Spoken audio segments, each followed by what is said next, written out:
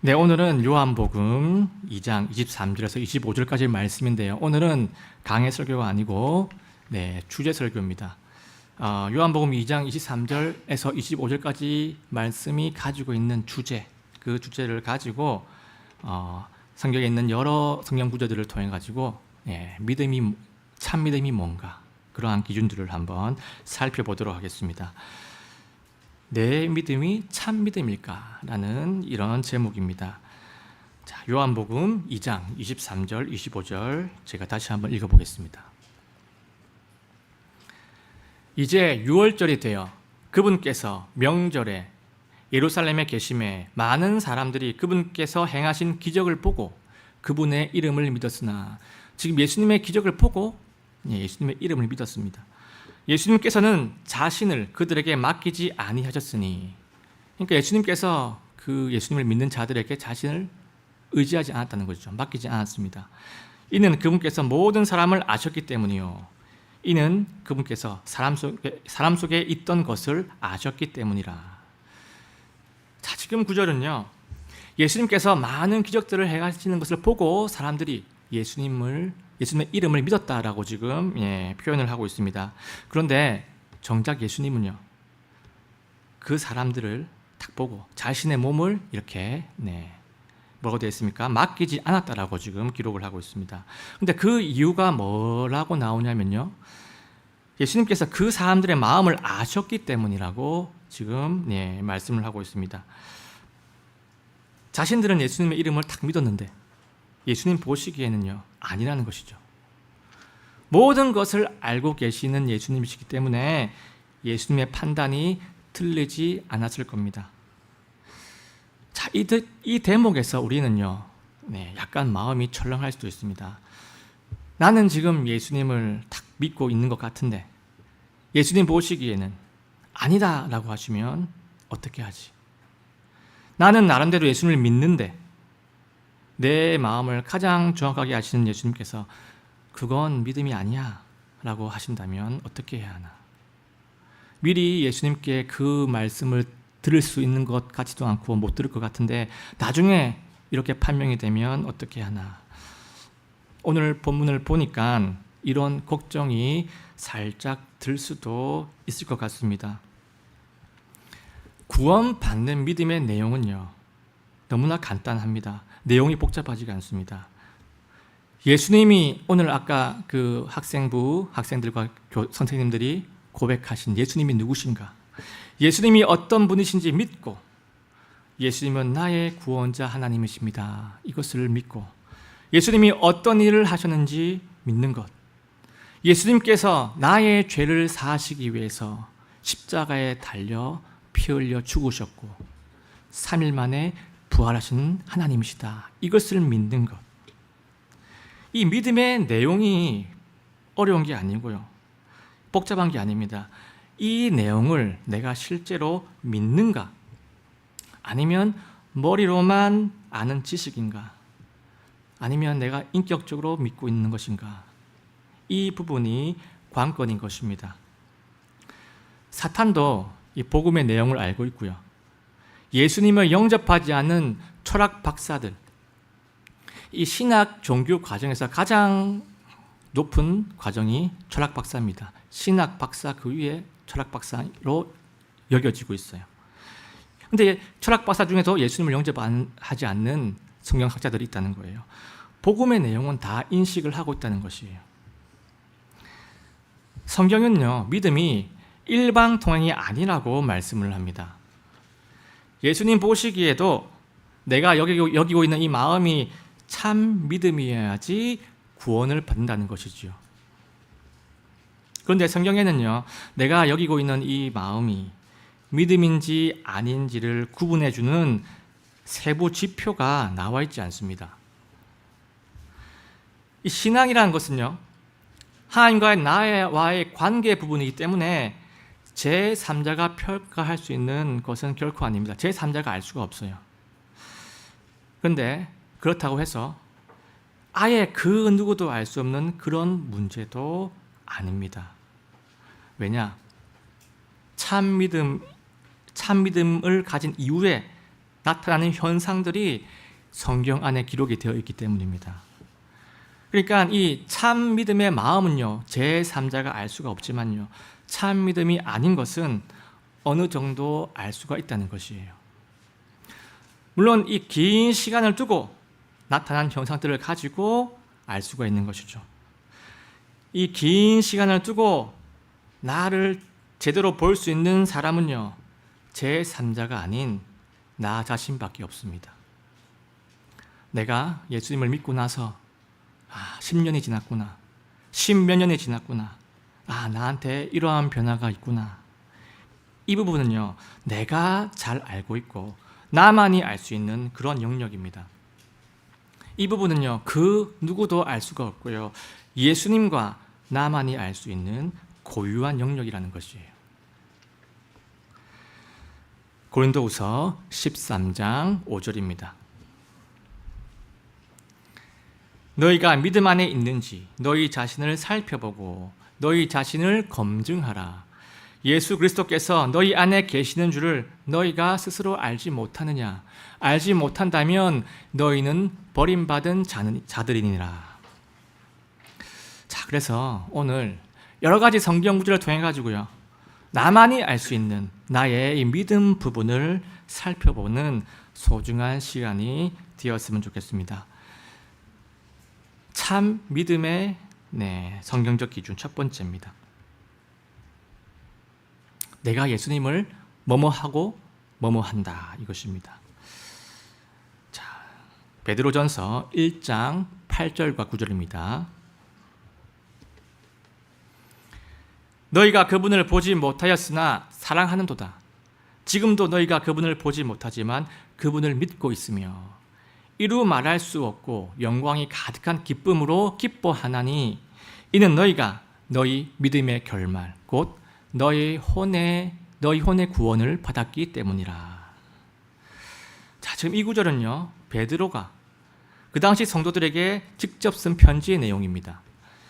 베드로는 지금 사도이기 때문에 예수님을 직접 만났죠. 예수님과 교제도 하고, 오랜 기간은 아니지만 밀접하게 가까이 지냈습니다. 그런데 이 당시의 성도들은요, 예수님을 실제로 보지를 못했습니다. 근데 베드로는 지금 이렇게 말하고 있죠. 너희가 예수님을 직접 보지는 못했지만 그래도 예수님을 사랑하고 있고 그분을 기뻐하고 있다라고 지금 말을 하고 있습니다. 그리고 그 앞에 보시면요, 이 내용을 앞에 보면 그분을 믿고 있으며 라고 언급을 하고 있고요. 그 다음 절에 뭐라 나와 있습니까?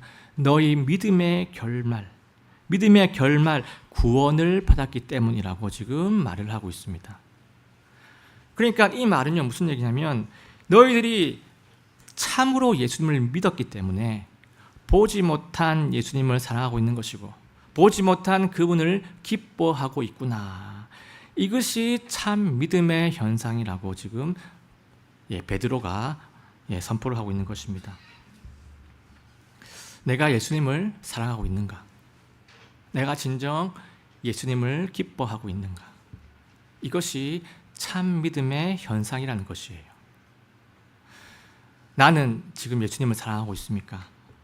나는 나의 구원자 예수님을 진정 기뻐하고 있습니까? 이 부분은요, 나만 알고 있고 예수님만 알고 있는 아주 은밀한 부분입니다. 오늘은 각자가 내 속에 있는 것들을 들여다보면서 이 부분을 한번 살펴보았으면 좋겠습니다. 그래서 방금 구절, 베드로전서 1장 8, 9절을 통해서 알 수 있는 참 믿음의 성경적 기준은요, 바로 이겁니다. 내가 예수님을 사랑하고 예수님을 기뻐한다, 이것입니다. 자, 그리고 참 믿음의 성경적 기준 두 번째로 가보겠습니다. 하나님과 공유하게 되는 거룩한 것들이 존재한다, 이것입니다. 여러분, 누군가를 사랑하게 되면요, 두 가지 감정은 최소한 동반이 됩니다. 우리 모두는요, 누군가를 사랑하고 있거나 아니면 누군가를 사랑한 적이 분명히 있을 겁니다. 그때 어떤 감정이 나타났습니까? 최소한 하나는 기쁨이고요. 또 하나는 슬픔입니다. 사랑하는 사람이 기쁜 일을 겪게 되면요, 나도 기뻐지고요. 사랑하는 사람이 슬픈 일을 겪게 되면요, 나도 슬픔을 공유하게 된다는 것이에요. 여러분도 마찬가지겠지만요, 저도 이런 상황들을 많이 경험을 하고 있습니다. 하나님이 기뻐하시면요, 저도 기쁜 상태가 하루 중에 쭉 이어지고요. 하나님이 슬퍼하시면 저도 슬픔에 푹 잠기게 돼가지고 하루를 쭉 보내게 됩니다. 신기하게도 하나님의 마음이 공유가 된다는 것입니다. 사도 바울은 이런 식으로 말씀했습니다. 내가 받은 고난과 너희가 받은 고난이 우리를 하나가 되게 만들어준다. 이런 식으로 말씀을 하고 있습니다. 한번 보겠습니다. 고린도후서 1장 7절입니다. 너희에 대한 우리의 소망이 굳건함은 너희가 고난에 참나는 자가 된 것 같이 안위에도 그러할 줄을 우리가 알기 때문이라. 이 사랑하는 관계는요, 기쁨도 함께하게 되지만요, 슬픔도 그렇고 고난도 그렇고 함께 공유를 하게 됩니다. 여러분, 신앙이라는 것이 무엇입니까? 나 혼자 하는 것이 신앙이 아니죠. 하나님과 나의 관계 속에서 공유하는 것이 반드시 존재를 합니다. 신앙이 있으면요. 신앙은 일방적인 것이 결코 아니라는 것이에요. 쌍방입니다. 하나님과 나와의 쌍방입니다. 예를 들면 하나님이 사랑하는 것을 나도 좋아하게 되고 하나님이 증오하는 것을 나도 싫어하게 됩니다. 그래서 이 참 믿음으로 이루어진 이 하나님의 관계는요, 반드시 공유하게 되는 거룩한 것들이 있다는 것입니다. 성경에 많이 나와 있지만요, 그러한 사항들이 몇 가지만, 중요한 거 몇 가지만 한번 예를 들어 보겠습니다. 하나님을 사랑해서 반드시 공유하게 되는 거룩한 것들입니다. 첫 번째는요, 죄에 대한 진지한 불편함입니다. 성령이 그 안에 거하시기 때문에 죄가 상당히 불편해집니다. 그냥 본능적인 그냥 따끔이 아니고요, 진지하게 불편해집니다. 두 번째는요, 하나님의 선하심과 신실하심에 대한 감사가 나옵니다. 그리고 세 번째는요, 하나님이 함께 하실 때, 나와 함께 하실 때 얻게 되는 만족과 기쁨이 있게 됩니다. 그리고 네 번째는요, 하나님의 약속하신 것에 대한 그 약속에 대해서 즐거운 마음으로 소망을 가지게 됩니다. 그 소망을 바라보게 됩니다. 그리고 마지막 다섯 번째는요, 하나님 말씀, 그 뜻을 알고자 하는 마음과 열정이 생깁니다. 이러한 것들은요, 하나님을 사랑하게 되어서 공유하게 되는 거룩한 것들입니다. 이 하나하나를 한번 살펴보십시오. 이 하나하나를 한번 살펴보면요, 이것들이 어떤 거냐면요, 내가 하나님과 실제로 함께할 때 그때 겪을 수 있는 감정들이라는 것이에요. 그냥 내 스스로 내가 결심해가지고 그냥 내 혼자만 딱 있는데 만들 수 있는 것이 아니라는 것입니다. 실제로 하나님과 함께하면 가지게 되는 것들이고, 실제로 함께하지 않으면 절대로 가질 수가 없는 그런 것들입니다. 구원의 본질은요, 하나님의 함께하심이에요. 내 죄 문제가 해결되고 하나님과의 관계가 소통이 되고 내가 하나님의 다스림 안에 들어가기 때문에 하나님의 함께하심이 구원의 본질입니다. 임마누엘이죠. 예수 그리스도가 임마누엘입니다. 하나님께서 우리와 함께하신다. 그래서 지금 본 이 거룩한 것들이요, 그래서 믿음의 현상인 것이고 구원의 현상이 되는 것입니다. 하나님과 함께해서 얻게 되는 것들이라는 것입니다. 자, 이제는 참 믿음의 성경적 기준 세 번째입니다. 성령의 역사하심인가? 마귀의 미혹인가? 이것입니다. 자, 로마서 8장 9절을 한번 보겠습니다. 그러나 너희 안에 하나님의 영께서 거하시면 너희가 육신 안에 있지 아니하고 성령 안에 있나니 이제 어떤 사람에게 그리스도의 영이 없으면 그는 그분의 사람이 아니니라. 자, 지금 사도 바울은요, 자기 속에 성령이 없으면 그리스도인이 아니라고 지금 말씀을 하고 있습니다. 그런데 이 말씀이 무슨 의도냐면요, 너희 안에 성령이 있는지 없는지를 분별하라는 말씀입니다. 너희 안에 성령이 없으면, 너희 안에 성령의 역사가 존재하지 않으면 예수님의 사람이 아니라는 것이에요. 그래서 이 신앙생활을 하는 사람은요, 성령의 인도를 받고 있는지 아니면 성령이 아닌 다른 뭔가의 영향만을 받고 있는지 분별을 할 필요가 있습니다. 자, 그렇다면 내가 이 성령의 인도하심을 어떻게 느낄 수가 있고 어떻게 그 인도하심을 알아차릴 수가 있을까요? 그리고 이 내 속에서 떠오르는 것들 중에서 어떤 것이 하나님의 것이고 어떤 것이 사탄의 미혹인지 어떻게 분별할 수가 있을까요? 쉬운 문제는 아마 아닐 것입니다. 그래서 우리가 이 성경을 통해 가지고 이 부분에 대해서 성경을 통해서 알 수 있는 부분은 알고 분별할 수 있는 부분은 분별해서 정리를 좀 해봤으면 좋겠습니다. 우리가 먼저 알아야 될 게 있는데요. 그게 뭐냐면요, 이 사탄이라는 존재가 탁월한 사기꾼이라는 것을 우리가 꼭 먼저 기억을 해야 됩니다. 사탄은 하나님의 최고의 모방꾼이죠. 명백한 가짜이지만요, 깜빡 속을 정도로 정말 비슷하게 하나님을 따라하고 있습니다. 그래서 구분하기가 쉽지 않다는 거예요. 그럼 그렇다면 이 사탄의 이 모조품을 우리가 어떻게 분별을 할 수 있을까요? 네, 이것을 알려면요, 사탄이 모방을 할 수 있는 것과 모방할 수 없는 것, 이것 두 가지는 최소한 구분을 해야 됩니다. 자, 한번 보겠습니다. 먼저 사탄이 모방을 할 수 있는 것입니다. 첫 번째, 방언입니다. 방언은요, 한때 성령님이 주신 영적 선물입니다.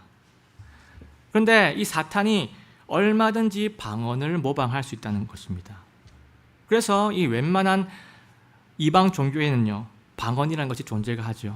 방언이라는 것이 정말 이 초대교회 시대 때보다 지금 이방 종교에, 인도에 가면, 힌두교에 가면 이러한 방언이 그때보다 훨씬 더 화려하고 훨씬 더 초자연적으로 보입니다. 지금 일어나고 있는 방언은요, 성경에 나오는 방언이 결코 아니지요. 성령이 주시는 방언은요, 의사소통하는 방언이에요. 의사소통하라고 성령이 주시는 방언이라는 것입니다. 성경에 나와 있습니다. 그래서 이 방언은요, 하는 자가 있고 이해하는 자가 있고 해석하는 자가 있고 그 내용이 복음이고 또는 하나님의 말씀이 나온다는 것입니다. 성령의 방언은요, 하나님의 뜻이 타인한테 전달이 되는 것이에요. 성경에 나오는 방언은 하나님의 뜻이 타인에게 전달이 되는 것이에요. 나를 위해 존재하는 것이 아닙니다. 상대방을 위해 나타나는 것입니다. 그런데 지금의 방언은요, 의사소통도 아니고 근본도 모르고 왜 일어나는지도 모르고 다른 성도를 세우는 것도 아니고 오직 자기 자신만을 위한 참으로 희한하고 희귀한 모조품일 뿐입니다. 자, 그리고 두 번째 있습니다. 환상과 치유가 있습니다. 환상과 치유도요, 사탄이 모방적으로 부릴 수가 있어요. 얼마 전 우리 수요 기도 모임 때 마태복음 4장을 살펴본 적이 있습니다. 근데 그때 어떤 내용이 나냐면 사탄이 광야에서 예수님을 시험할 때요, 예수님께 환상을 보여줍니다. 사탄도 모방을 할 수가 있다는 것이죠. 그리고 치유도 마찬가지입니다. 성경에 보면요, 사탄이 초자연적으로 치유하는 장면이 나옵니다. 작년에 우리가 요한계시록을 살펴봤는데요, 요한계시록 13장을 보시면 적 그리스도가 짐승으로 비유가 되어 나옵니다. 그런데 이 적 그리스도, 이 짐승의 머리에 엄청난 상처를 입었는데요, 이 상처들이 초자연적으로 낫는 장면이 등장을 합니다. 이렇게 이 낫는 장면들을 이 온 세상이 딱 보고요, 온 민족들이 적 그리스도를 따르게 되는 거죠. 자, 보겠습니다. 요한계시록 13장 3절입니다. 여기 나오는 짐승이 바로 적 그리스도입니다. 또 내가 보니 그의 머리들 중 하나가 상처를 입어 죽게 된 것 같았는데 그의 치명적인 상처가 나음에 온 세상이 놀라며 그 짐승을 따르더라. 네, 지금 사탄도 치유의 능력이 나오죠. 그런데 사탄의 치유가 나오는 구절은 이 구절이 유일한데요, 근데 이 구절도 다른 사람한테 치유하는 게 아니고 자기 자신을 치유한 장면입니다. 그러니까 이 타인을 치유할 수 있는지 없는지는요, 성경에 나와 있지 않기 때문에 우리가 알 수가 없습니다. 그냥 우리가 알 수 있는 거는요, 자신을 치유하는 능력은 있구나, 이 정도만 우리가 판단할 수가 있습니다. 자, 그리고 세 번째가 있습니다. 사탄이 모방할 수 있는 세 번째, 사역의 열매들이에요. 성경을 보면요, 전도의 열매라든지 아니면 사역의 결과라든지 이런 것들이 성령의 역사가 아닌 사탄의 역사들도 종종 등장을 합니다. 한번 보겠습니다. 마태복음 7장 22절 23절입니다. 그날에 많은 사람들이 내게 이르기를 주여 주여 우리가 주의 이름으로 대언하지 아니하였나이까, 주의 이름으로 마귀들을 내쫓지 아니하였나이까, 주의 이름으로 많은 놀라운 일들을 행하지 아니하였나이까 하리니 그때 내가 그들에게 밝히 말하되 내가 너희를 결코 알지 못하였노라. 불법을 행하는 자들아, 너희는 내게서 떠나라 하리라. 자, 맞죠? 지금 보면요, 그들은 대언도 했고요, 그들은 마귀를 내쫓았고요, 그리고 정말로 놀라운 결과들을 많이 발생시켰지만요, 예수님은 뭐라고 하시냐면 그들을 모른다라고 지금 선포를 하십니다. 이 화려한 놀라운 결과물들이 하나님의 열매가 아니라는 것이에요. 그래서 이 사역에 대한 놀라운 결과도요, 이 성령의 역사라고 단정 지을 수는 없다는 것입니다. 사탄은 사역의 결과들도 얼마든지 모방을 해서 나타낼 수가 있습니다. 그래서 우리가 만약에 이 사역의 결과에 집착을 하게 되면요, 사탄이 너무나도 쉽게 우리를 가지고 놀 수도 있다는 것이에요. 그래서 우리가 방금 살펴본 이러한 부분들은 우리가 각별히 주의를 해야 할 것입니다. 자, 그런데 사탄이 절대 따라할 수 없고 성령의 역사하심이라고 확신할 수 있는 열매들이 따로 있습니다. 자, 이제는 성령의 역사하심의 열매들을 쭉 살펴보고 설교를 정리하겠습니다. 이것들이 우리에게 중요한 것이에요. 네, 성령의 역사하심의 열매입니다. 자, 첫 번째입니다. 하나님의 성품입니다. 우리가 예수님을 믿고 구원받으면요, 성령이 내 안에 거하시기 때문에 어떻게 해서든지 하나님의 성품이 조금씩 나타나게 됩니다. 시간이 지나면 지날수록 작게라도 하나님의 성품이 조금이라도 보이게 되는 것이죠. 아무리 성장이 천천히고 아무리 어린아이 신앙이라도 하더라도요, 하나님 성품 쪽으로 변화는요, 영일 수는 없습니다. 오랜 시간을 두고 봤을 때 계속 영일 수는 없다는 것이에요. 시간이 걸리고 속도는 느릴 수가 있지요. 하지만 무변화는 없다는 것입니다. 우리가 정말 예수님처럼 100까지는 이룰 수 없지만, 절대 갈 수는 없지만, 그래도 예수님 쪽으로 1씩 아니면 0.1씩 0.1씩이라도 가게 됩니다. 하나님 성품으로 변화가 되는 것은요, 그런데 결코 사탄이 모방도 할 수 없고 흉내도 낼 수 없는 그런 명백한 성령의 역사라는 것이에요. 이 하나님의 성품은요, 성령의 9가지 열매로 성경의 선포가 되고 있습니다. 한번 보겠습니다. 갈라디아서 5장 22절, 23절입니다. 이 구절은 다 같이 한번 읽어봤으면 좋겠습니다. 시작.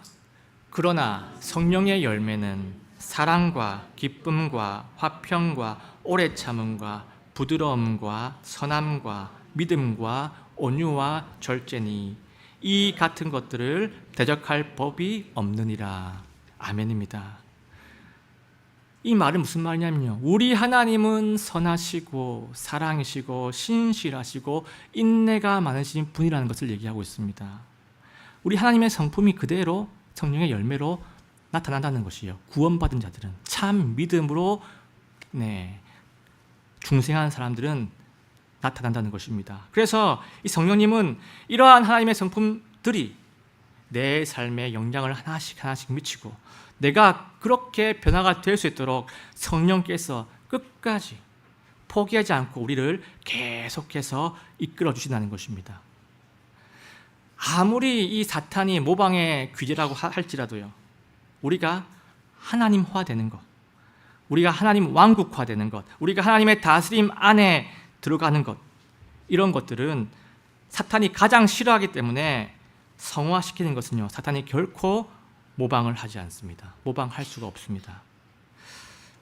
그래서 이 내가 예수님의 이 성품을 닮아가는 것, 이것은요, 누가 뭐라 해도 가장 확실한 구원의 으뜸 증거라는 것을 우리가 기억했으면 좋겠습니다.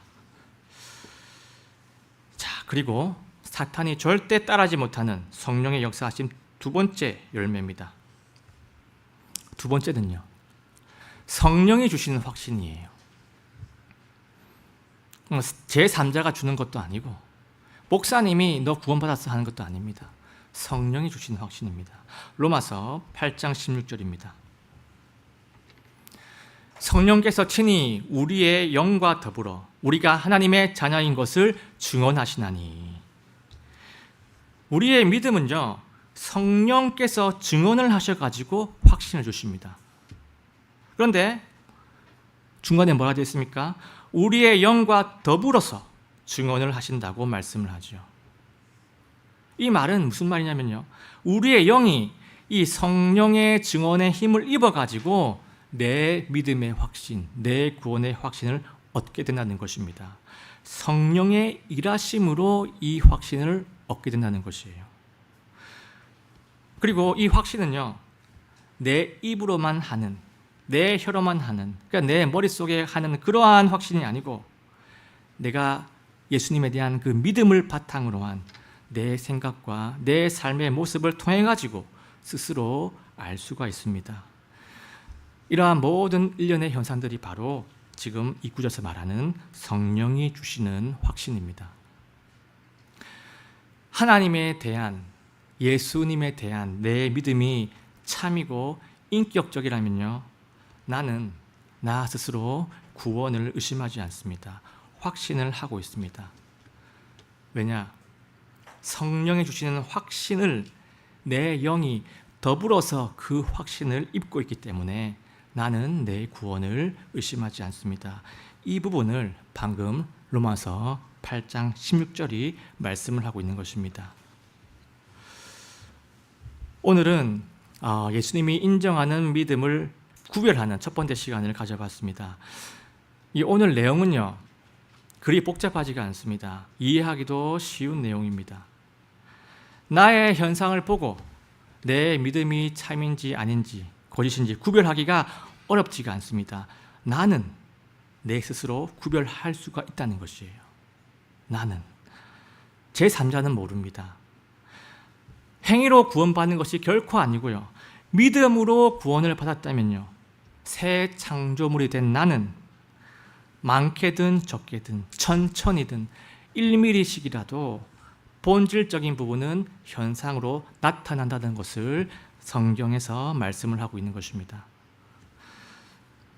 다다음 주에도 몇 가지가 더 있습니다. 그때 이 나머지 부분들을 한번 살펴보고요.